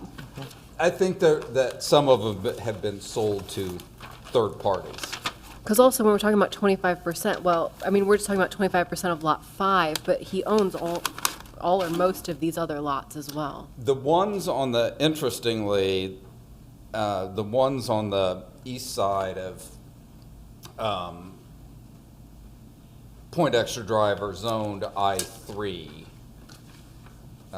which has a slightly different Because that's leading into the calculus. school. That's leading into a school zone, too.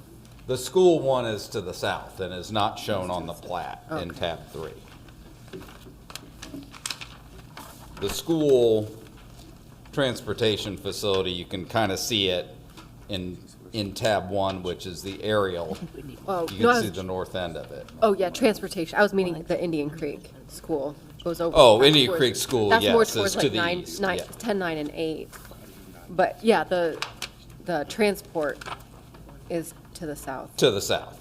But, I mean, like, the first 5 lots, at least, is Poindexter. So still, Lot 5 is less than 25, Lot 5 alone is less than 25% of what Poindexter owns.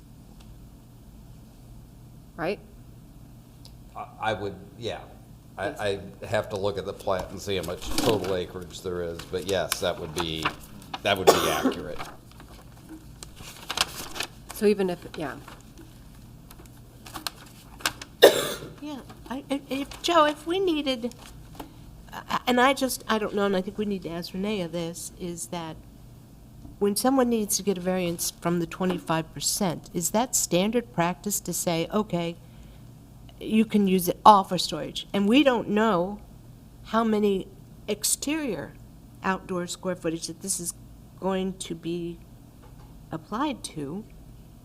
And we don't know how many square feet are going to be going for storage.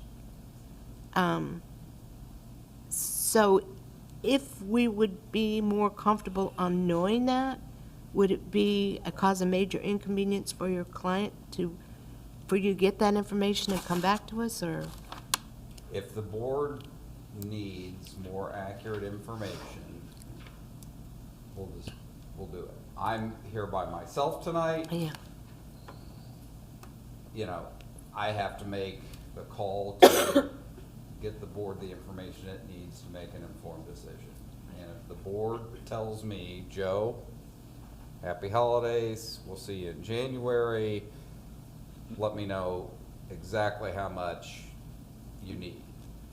Technically, the way we noticed it, the way we filed it, is perfectly fine to say we're just exceeding 25%, whether it's by 100%, 200%, 50%. We're okay from that standpoint. But if the board really needs more detail, that's fine. I've done this a long time. I've been here many times. I don't want the board to feel like there's something shady going on. I mean, it's a nice business to have in an industrial park and all that. And if you, as a board, believe you need additional information, I can get it. I'll get it. And, Not a and problem. the shady part doesn't, but you and I have been on the opposite side of issues, and I have never, ever felt like I had any reason to question what you've said or anything, so. Well, we don't want you to, like you mentioned, your fear was, what else are you gonna come back for? We don't want anything like that either. We don't want the board to feel Now- like this is just, Is the way Drip, the drip, variance drip. written, is that all, so let's say we gave you 100% of all the exterior, well, first, so, I can tell you, it's more than 100% of the building. The building's only 11,000 feet.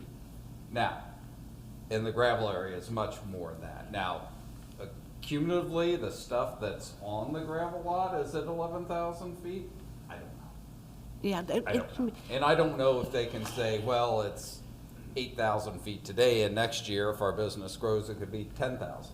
I just don't know. There's going to be space behind the new proposed building as well, in addition to parcel 5. And I just don't know. No.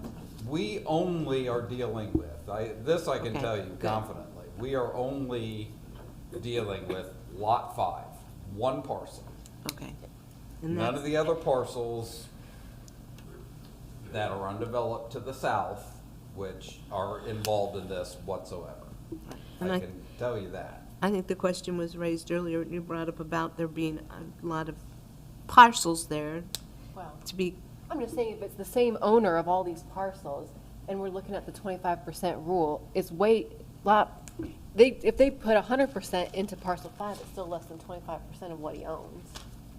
That's what I was just seeing, does he own all of it? Because it says Poindexter Industrial Park. Yeah. So it seems like he would own all of it, and this is just like the corner where he could put all of his stuff. but it's a limited 25% This is a of the third party. structure. Yeah. No, I get it. that's acquiring this or leasing it. So that, all of the, you are correct, on the east side of Poindexter Drive, Poindexter Excavating operates on several of the lots, right? On the west side, I think there might be one Poindexter Excavating, but there's So to Best the- Equipment. So to the extent Yeah, that, there's other businesses. so to the extent the 25% rule is put in place to protect against adverse use on, adjoining property, he owns all of it, Yeah, but for. but for the Yeah, ones to the, yeah, to the but far for, east. yeah. It's really, how do you feel about the plan vis-a-vis the neighborhood to the southwest Yeah. traditions? Right? Yeah. That's really what I think it comes down to. And have we done enough to protect it? Let's hear from Renee, and then we as a board then, if you want to continue this to next month to hear the percentage, we can? And we could put a restriction on it too. Huh? And Right. we could put a restriction on it too, a percentage Right. restriction. Is there any remonstrators here for or against this petition? See, we don't know what's in it. That's why we don't have an overlay plan. We don't know what's going to be. Hi, I'm James Mazur. I live at 6203 Carrington. Poindexter, great business for Lawrence, fantastic community support. What I'm here to tell you is what happened at Waste Management. And I know you're not dealing with waste, but I was on the chamber at that time, and we held an open house, and everybody was concerned about the smell because it was going to be an expanded transfer operation. What we did not appreciate at the time was all the backing and moving around of trucks involves a lot of beeping. And there's a lot of light that is associated with these kinds of storage facilities at night, and they're LED and they're extremely bright. We have the same thing happening at US Lumber over on Sunnyside, which again, great business, but the beeping at night is incessant, and it's loud for anybody that lives in the Kensington Farm neighborhood, and it again, lots of light. And they've done a pretty good job of redirecting some of the light so it doesn't expand into the neighborhood. But those are concerns that people have when there's a lot of equipment being moved around. It's like you don't think about that, or at least we didn't on the chamber when the Waste Management expansion took place. Again, a good company, glad to have them. But some of those secondary effects are of a concern. Thank you. Anybody else for or against the petition? Renee? We're here from the city of Lawrence.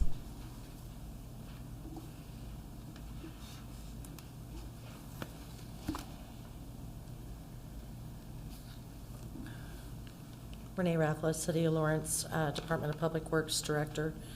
My point earlier was just to say that I don't think there was any intention to be deceitful by BGP or Turnerscapes, which is the tenant occupying this space. It was missed by Indy when the ILP was applied for, and by me when I was reviewing the original petition. It wasn't intentional from the city's standpoint or from Poindexter's or Turnerscapes, which is the tenant. It was just a miss. That's why we're here today. That's what I was trying to communicate. I don't know that I did that very well. We did hear this case back in February of 2024 and approved the gravel lot as a permanent surface for storage of equipment. I am in agreement with the findings of fact that the Marion County zoning ordinance does put a overly restrictive condition on the outdoor storage in an industrial park. The petitioner has taken the steps to alleviate any visual of the storage area by the berm and the landscaping. That was all looked at very carefully when we were approving the development plans to make sure that there was some separation from that residential. We took into account that there was a tree line there and a pond. Then we have this berm that's 10 feet. Is it 10? It is. It's a 10-foot berm, so if you've got equipment that's 10 foot tall, you're not gonna see it. You've got very mature trees. Traditions has been there since the early 2000s, late 90s. So the trees that are there are very mature.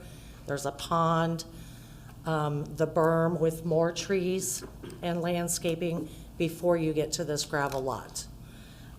We are recommending approval on this. Were there any questions that I haven't already answered or anything that you may have in addition? Well, first of all, I want to apologize because you and I were miscommunicating, and I reacted, and I apologize for that. I guess my point is that when we sat here as a board, we didn't miss anything because nobody brought it to us, and Right, it was so it missed. had, so it had no play in our decision doing Right. compacted gravel. So now, here's my question for you, too. Have we ever so you're saying that this, whatever we decide, is only going to apply to parcel 5? Right, to this business for Turnerscapes, this parcel 5. And what is the square footage of parcel 5? It is a little over 4 acres. So it's pretty big. It is. And the parcel to the east of it is another landscaping company, Kencut, and they have outdoor storage in excess of 25. So it's not anything, if you're looking at the aerial pictures in my staff report, page 2, you can see there's lots of outdoor storage on all of these parcels. So it's not anything out of the ordinary for this industrial park. The property directly to the east where Kencut is, he has several pieces of equipment outside. You've got the property to the north of Macy Court. You can see that there's a lot of. Can you tell us what you're looking at, so we can? Yeah, I'm looking at page 2 of my staff report, this aerial photo. Curious, do you know how much they exceed the 25%? I won't know, and that's going to be a hard number to stay because this is a newer business. Well, No, they've I'm been sorry, in I'm talking business about the for- other ones who already have the storage. You said they I already. mean, if you look at Just trying to get an idea of what the that very size may first look parcel off of 56th Street, I didn't look into that to see how much each of them have. I didn't know that was going to be a question, so I'm not prepared with that answer. But when you're asking how much they want to use of the gravel area for storage, like Joe said earlier, this year it may be 40% of that area because that's where their business is at. If they grow, next year they may have to come back and say, oh, now we need 50% of it. Oh, we need this much. The intention when we heard the petition back in February of 2024, this plan that's in my staff report is what we reviewed. These are the same exact plans that I had in that 24 packet, showing this area was going to be all storage. It was going to be compacted gravel, that this berm was going to be here with those trees. Nothing has changed on this plan that we reviewed and talked about in 24, except for the fact that we realized, hey, there's a code that says you can only use 25% of your square footage. And it needs to be addressed, and we need to make, a decision on that. What I'm seeing, though, when I'm looking at the other parcels in the same development is excessive outdoor storage in the industrial park. When you look at the other industrial parks we have in the city, the one off of Pendleton Pike, right off of 465, that whole north section there is all industrial. There's a lot of outdoor storage. It's not uncommon for a business to exceed that 25% in an industrial area. It's not a very, I do believe that Marion County zoning needs to look at that specific section and do some revisions to it because it is something that is varianced often. And not just here in Lawrence, but in all of Marion County. It's a very common request before a BZA to exceed this number that they drew. I don't even know where they came up with that number. It's been in there. I've been doing this 27 years. And looking back at all the versions, I've not ever seen it change. So when you talk about the other places, businesses in this area that have excessive outdoor storage, you're talking about they go beyond 25% of the structure. Yes, ma'am. But we don't know, sitting here tonight, whether they would had to go and get a variance or I would anything have to look do at each that. and every one of them individually and do some, some pretty deep research. This park's been around Long time. 70s, started his in the in the 80s. 80s, late 70s, early, yeah, I mean, it's been, And it's unfortunate that Yeah. it was allowed to, that this next to the residential. I mean, because this does create a different tension than you would typically find with an industrial park that's usually stuck away, by the it's interstate. got to and border all that. something. Well, but not usually, it's not Well, normally you would residential. have industrial and then some commercial and then lighter commercial as you get Exactly. towards your residential. Exactly, so, and I can kind of see why they limit it and make you come back and all of that, because just like when we were talking about the tire shop. Yeah. I mean, once you grant the storage, they can put anything, any way on it. And as the gentleman the was board ta- can also make it specific to this tenant if you wanted to, so that if Turnerscapes leaves and another business comes in, they would have to come back before you and present their plan for what they wanted to do. That's an option. You can make a commitment specific to this business if you wanted to. That would control it a little bit for future uses if that was a concern. We have some ways to work around or to, not work around, to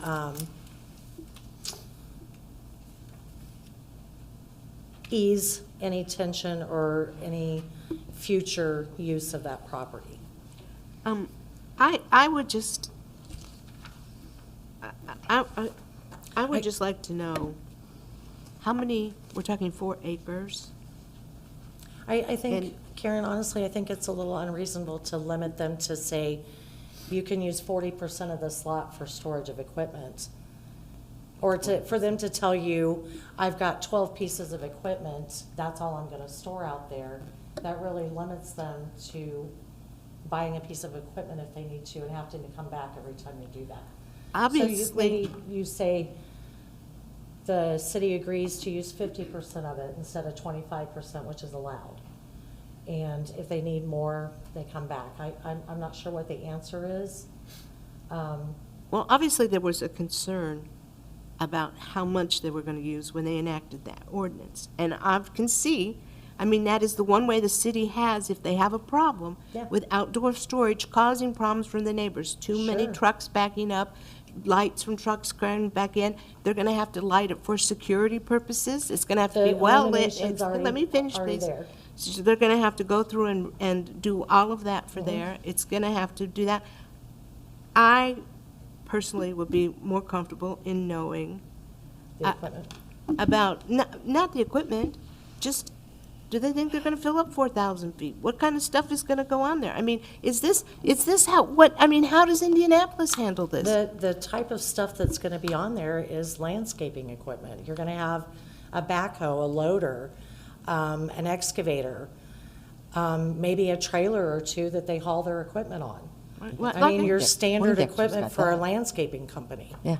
Yeah, I mean, Not, it's, and like I said. I can't it's a- imagine they'd have cranes and stuff, but, Best equipment has cranes. best Yeah. equipment has cranes. They're within that Well, like I said, park.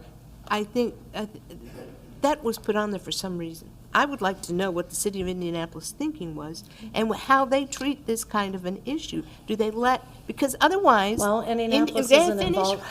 Indianapolis doesn't get an opinion on this.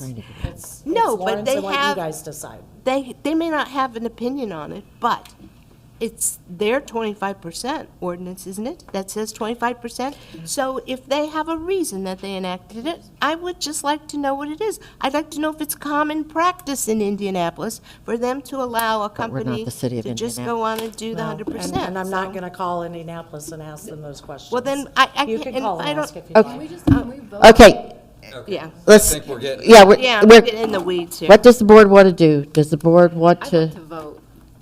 I'd like to is the vote. consensus of the board to vote Or do we want to continue with this to next month with additional information? I would like to continue it with additional information. Yeah, I don't need additional information. Hold on. Huh? I know. Okay. To continue, I need a motion and a second. I'd like to move that we continue this so that we know exactly what's going to happen with this property.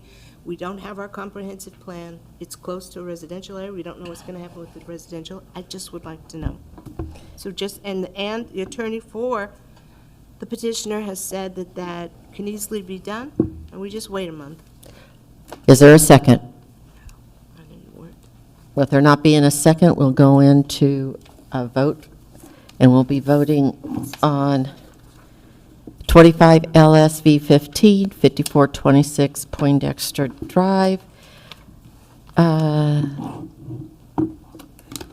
The City of Indianapolis Consolidated Zoning Subdivision Ordinance to allow the outside storage in excess of 25% of the building square footage within a 500 feet of a protected area. I don't think I misplaced my number 15.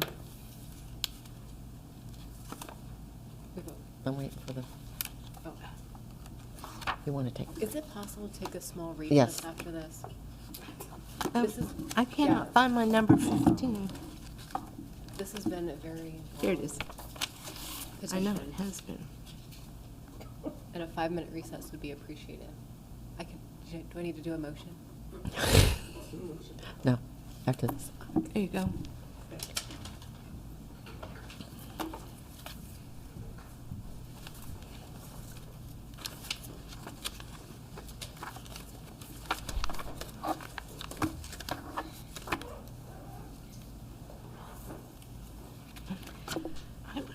The vote is 2 to deny and 3 to grant, We used to get them in writing, so it has been approved. and they would have. The board will be taking a 5-minute recess. Okay, here you go.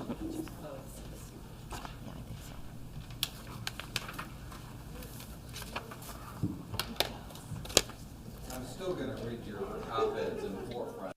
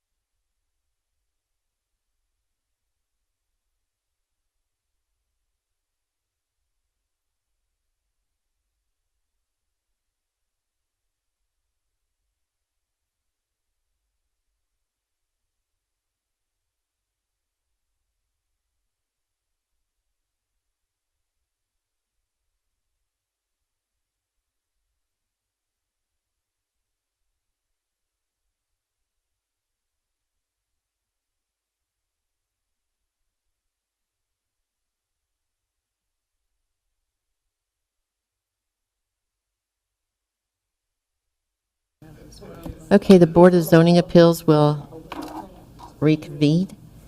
The next petition we'll hear is 25 LSV 16, 5850 Thunderbird Road, a variance of development standard of the City of Indianapolis Consolidated Zoning Subdivision Ordinance 743-306 to allow the installation of 6 electric vehicle chargers to serve electric school buses within the required setbacks.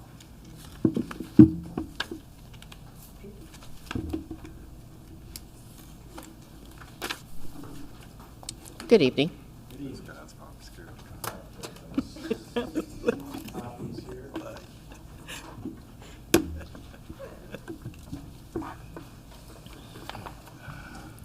Good evening. My name's Alex Cook.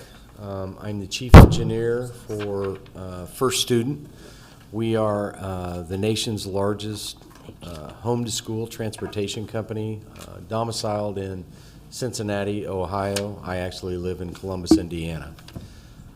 Tonight, we're here to request a review for our 5850 Thunderbird Road bus depot location, where we currently operate our school buses from that location.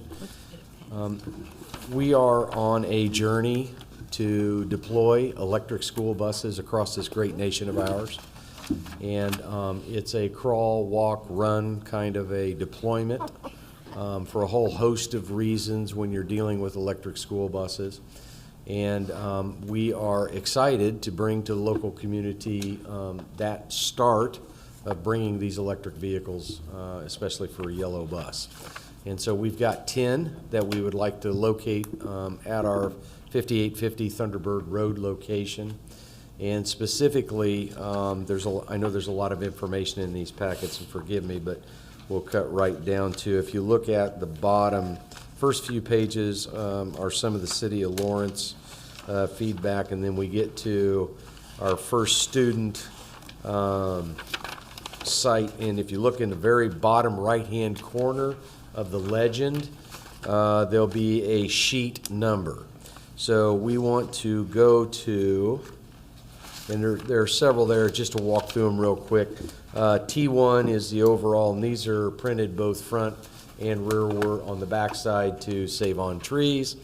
If you look at T1 there, that's just an overhead view of the location. And then as you scroll forward, we've got GN1, which is just some of our grounding notes and general notes for our construction. We also have ownership and encumbrance map. And then as you move to Z1, down in the bottom right-hand corner, it shows an overhead again of the subject property. And then on the back side of that is Z2. That is some zoning information and property owner list. And then Z3, and then on the back side, which would be Z4. So on Z3, if you look at Plan North on this document, you can see where we have got, where the darker lines are located, you can see where we have the 10 electric buses. There is charging infrastructure, which are these 6 electric vehicle chargers that'll be right in front of those buses. And if you look at the dashed line, there's a 60-foot setback from Thunderbird Road there.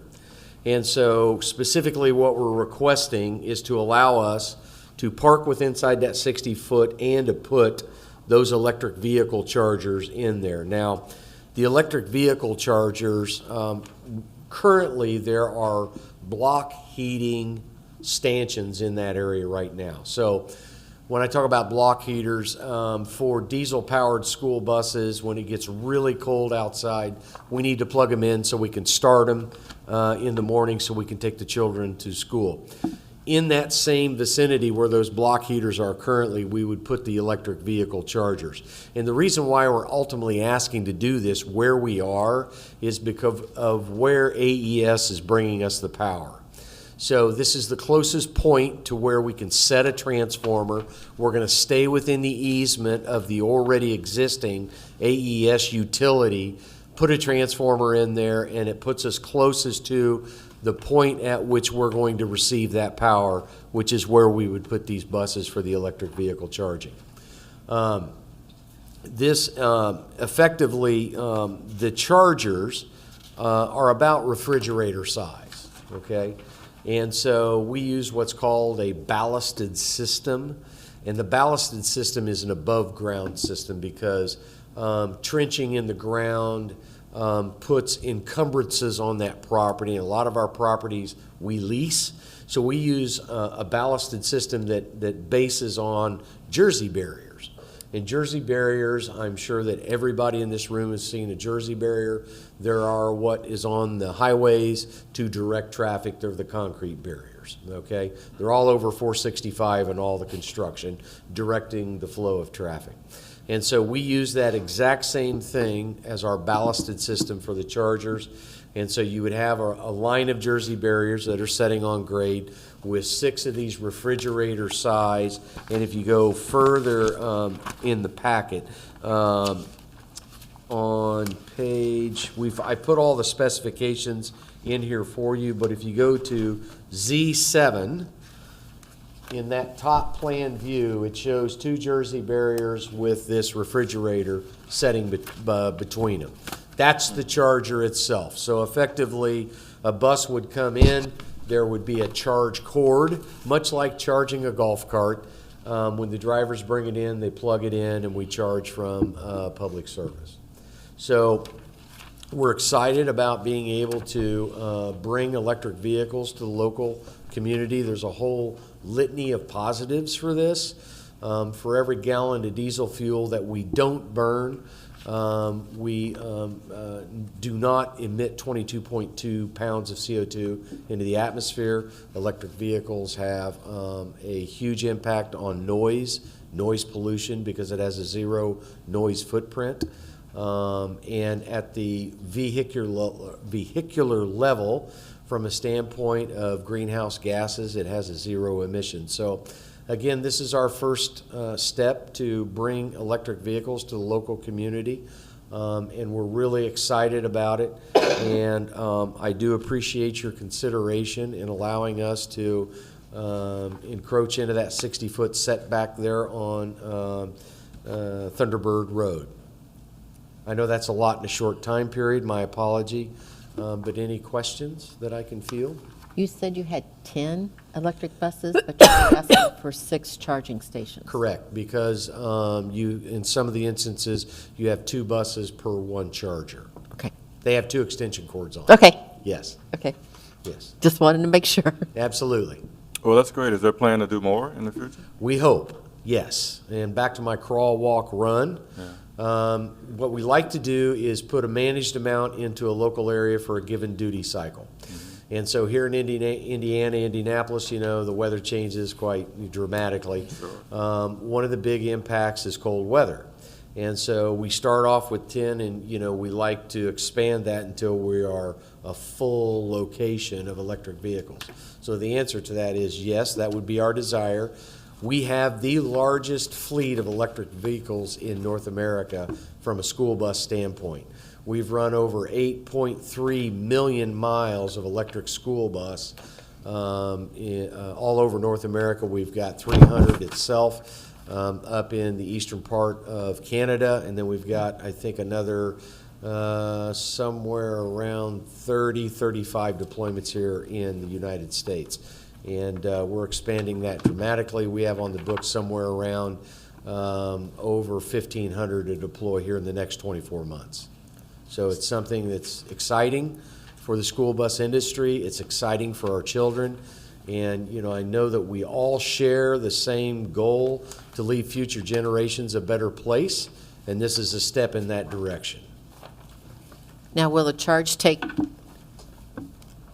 for each type, like in the morning session, then they have to charge it and go back out in the afternoon? Yes, so one of the things that we do is we use called a CMS, Charge Management System, because what we don't want to do is move into a community that may already be taxed for energy because of demand, right? Especially with AI data centers. It's unbelievable how much power is being required by AI data centers. So we try and manage that charge to where it is the least impactful for the utility and the ratepayers that are on those lines. So in our instance, like for example, when they come back in the evening, they'll plug the bus in, but we won't start charging the bus until 9 p.m. Because most of the time, the highest demand on an energy grid is between 4 p.m. and 9 p.m., and then again around 5:30 a.m. to 9 a.m., right? Everybody gets up in the morning, the coffee pots are running, they turn the heat up. Same deal on the flip side, time to get ready for dinner in the afternoon or in the evening. So we try and curtail or hold off our charges to minimize the impact on everybody. So you have timers on them? We do, effective timers. It's all software driven, but yes. And we can also limit the maximum amount of energy we're taking on board. So yes, we really pay close attention to that, because here's the other piece. There's also a time of use, there's a demand charge over and above what's charged on a kilowatt per hour basis. So we have to manage all of that and make sure that we're getting the lowest cost of energy that we possibly can, right, for our customer, the Indianapolis Public Schools, and secondarily make the minimalistic impact to the utility in which we're hooked to.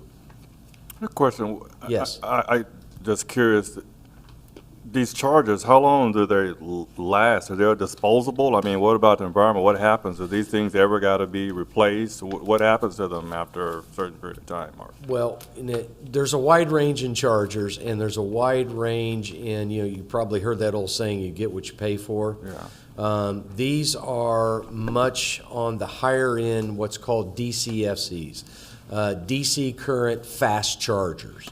They are a pretty expensive piece of equipment. We depreciate the bus over basically 12 years. And if you look at the charging infrastructure, which would include the charger, it's in that 7 to 8 year time period. So what happens to them? How do you get rid of them? Well, we think we're going to get a lot more out of them than that. We Okay. hope so. We'd like to at least get the 12 years. And the thought process would be, and there are already some manufacturers starting this, a refurbishment program. So you would send them back to the manufacturer, for example, ABB Corporation, who's a big one out there who does a lot of charging infrastructure. They're kicking off some processes like that, where you would effectively send the charger back, it would get refurbished, and then you'd redeploy it to use it again. Looks like, you have these rechargeable batteries. They're always smaller. I don't know if that concept would apply to something on that. Well, the battery, on the battery side of it, which is in the bus, right? It's a 315 kilowatt battery. They're fairly big batteries, and those batteries should last the life of the bus. And the nice thing about those batteries are, and to not dive into the really technical, because I'm an engineer from Purdue, once those batteries reach 80% state of health, then they're no longer fit to do the duty cycle in the bus. The nice thing about them is that they can come out of the bus and be repurposed as a standby energy source, okay? So Tesla, for example. Tesla's big around the globe in what they call with their Megapack, which is a battery energy storage system. Well, every time those bus batteries come out, that's going to be a battery energy storage system, which redeploying it into the community in which we're operating greatly helps the community from a standpoint of power, storage, and delivery to not only the community, but as well the utility that we're connected to. So there's a lot of long-standing benefits to electrification of school bus in this case. That's good, because sometimes you solve one environmental problem and you create another one. True, absolutely, absolutely. Yeah. Good point. Yeah, Are thank you, are you currently, are you currently running buses out of this location? We are, and they're all fossil fuel buses. I see. So you're converting. Correct. We're not adding, we're actually, every time we put an electric bus in, we have to take a fossil fuel out under the EPA grants. Okay. My question, I guess, here's a question just for movement of buses, because we talked about time restrictions on the charging. Will replacement of the of the gasoline buses, replacing those with the EV buses, will that make any difference for when the buses are entering and leaving the property? No, none whatsoever. Okay. Our same duty, we still have to have the children to school and back home at the Sure. exact same time. So it doesn't make any difference if it's a gasoline, LP, diesel, or electric, they all have to go at the same time. Okay. And now, and you said this is homeschool kids, or is this IPS? No, home to school, so, Home to school, okay. so that's That just was my IPS confusion. children, yes. I Sorry. heard the same thing. Yeah, sorry. Because that's where I didn't know, because, there's different homeschool Yeah, programs no, no, where, no. Public schools, so this is for public schools? yes, it is, Okay.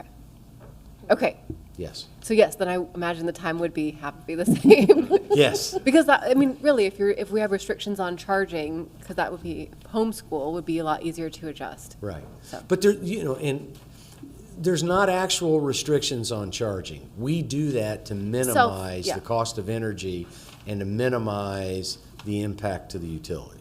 We can charge anytime we want. Are there other locations within the city of Indianapolis Uh, for your company, for First Student? yes, on the west side. Okay. How long has that been there? Quite a while. Have those gone to EV? I think, I'm not, I have one of my engineers here. Robert, other locations in Marion When we County? took over IPS, we have 2 locations that we got the contract, I think it's been 5 years or so. Yeah. I'm not sure of the other address, my apologies. Okay, so First Student is doing all the transportation? Mm-hmm.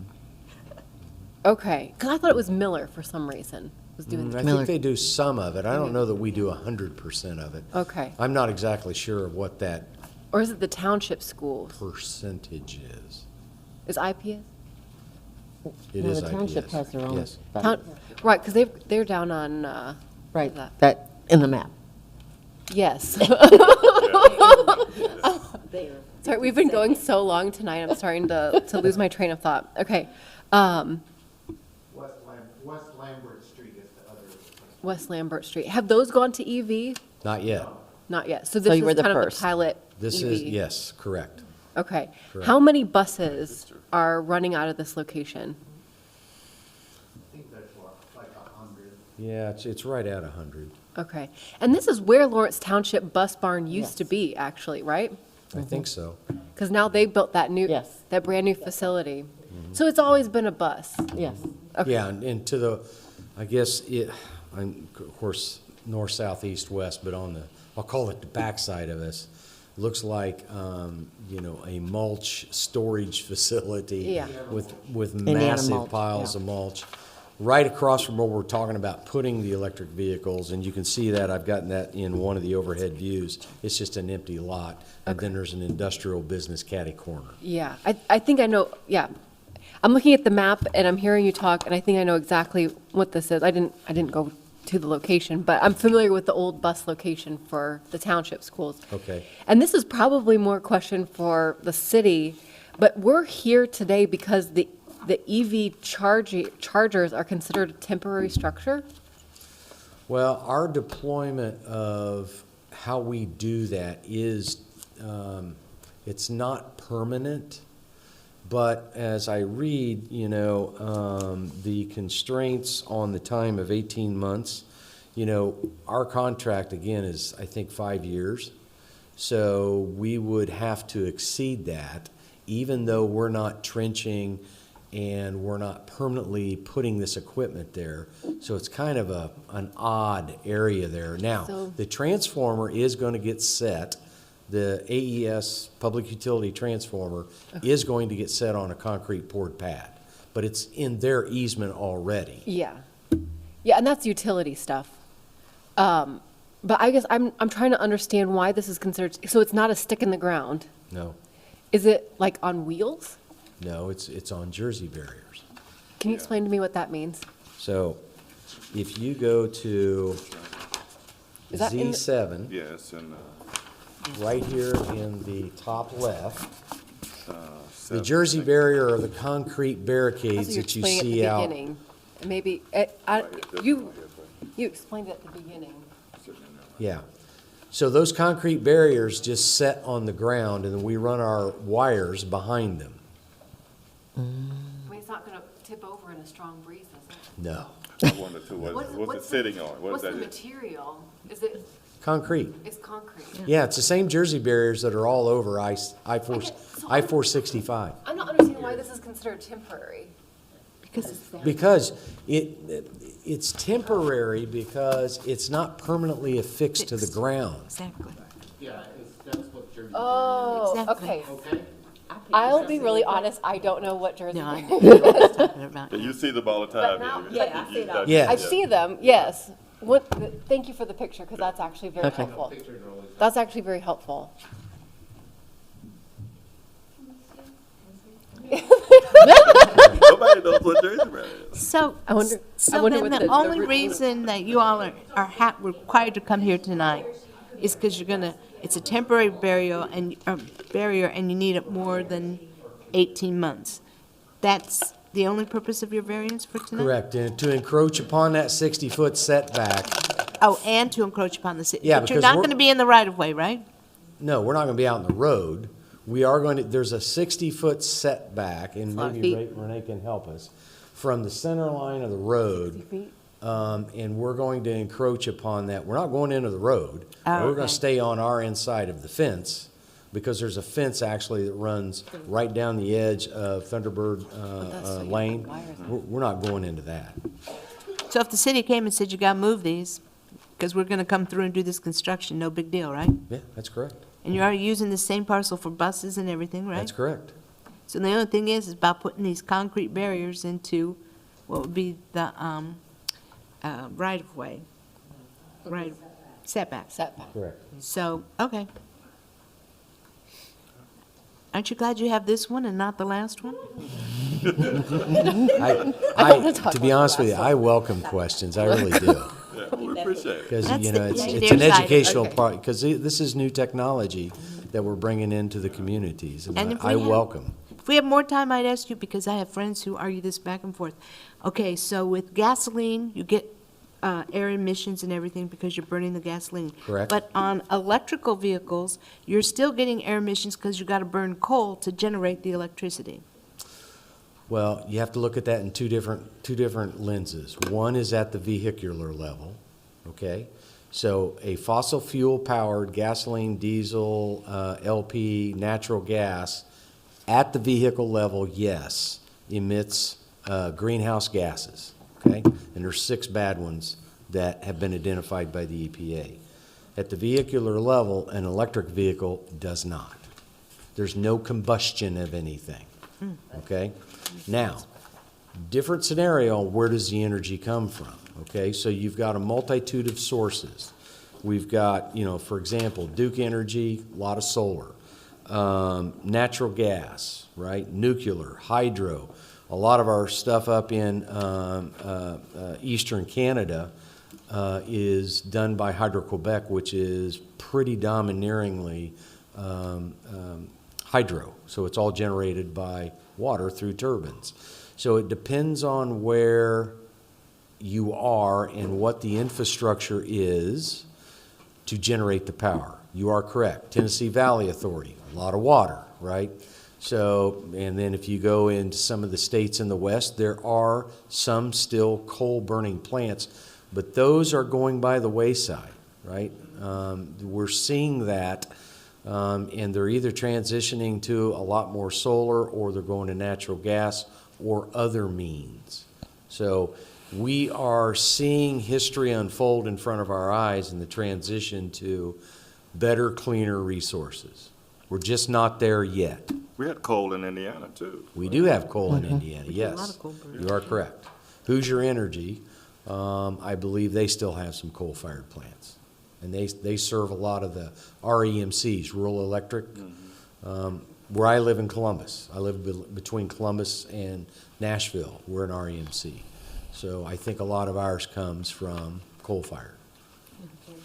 I mean, it is fascinating, and now if they're lifting all the things and trying to encourage more use of coal, so it's kind of then eats up the benefits of using electric, I mean, of using that, so I don't know. I can't pretend to figure it out, but I bet you they're gonna have lots of questions for, you're employed for as long as you want on this kind of thing. Okay, we're going to go ahead and move forward. All right. All right, let's vote.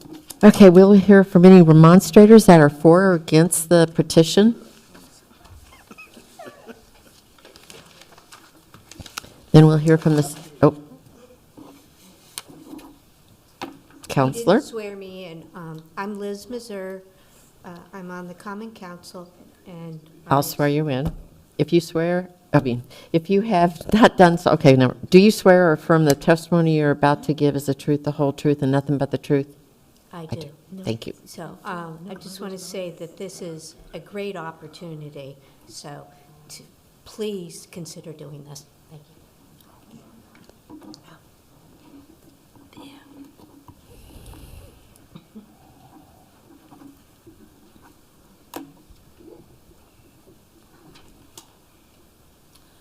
Renee Raffla, Director of Public Works. Zoning code does allow temporary equipment for 18 months with an extension of another 180 days, so for a total of 24 months. The request to install the EV chargers within the required setback and use for longer than the 24 months permitted. The city doesn't have an issue with this. It's going to be in the setback, but it's not within the right-of-way. So as Karen was asking earlier, if we needed to do something on the road, this isn't going to affect it. We think it's a good idea. Thank you. Any questions for Renee? Thank you. Petitioner, anything else to add? The board will be voting on a variance. What is this? 25 LSV 16, variance of development standard of the City of Indianapolis Consolidated Zoning Subdivision Ordinance 743-306 to allow the installation of 6 electric vehicle chargers to serve electrical school buses within the required setback. The board has unanimously granted your petition. With no, is there anybody here for petition 25 LSV-12, 6202 Sunnyside Road? $50 a meeting. With there not being any, then the Lawrence Board of Zoning Appeals is adjourned. Hallelujah.